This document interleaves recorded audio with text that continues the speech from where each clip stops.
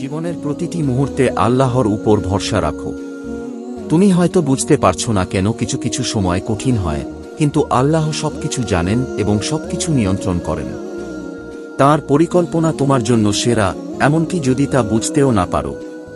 কষ্টের পর সবসময় সুখ আসে, কারণ আল্লাহ কখনো একজন মুমিনকে একটুও অবহেলা করেন না। যখন জীবন কঠিন হয়ে যায়, তখন ধৈর্য ধরো এবং আল্লাহর কাছে প্রার্থনা করো। নিশ্চয়ই আল্লাহ ধৈর্যশীলদের সাথে আছেন, প্রতিটি পরীক্ষাই তোমাকে শক্তিশালী করার জন্য এবং আল্লাহর কাছে আরও কাছাকাছি নিয়ে যাওয়ার জন্য।